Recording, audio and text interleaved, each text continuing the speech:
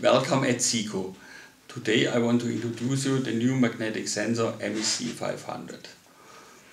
The MEC500 has a very compact small housing. It works with an incremental magnetic contactless system.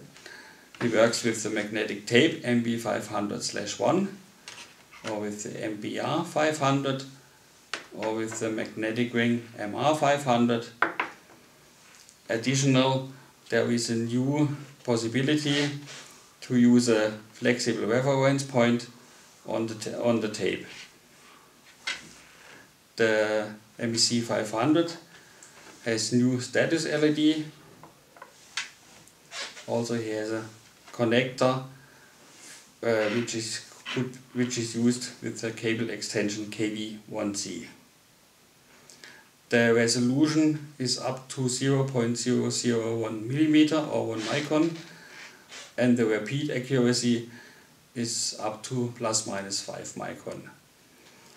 The parameter resolution is also programmable via a new programming tool.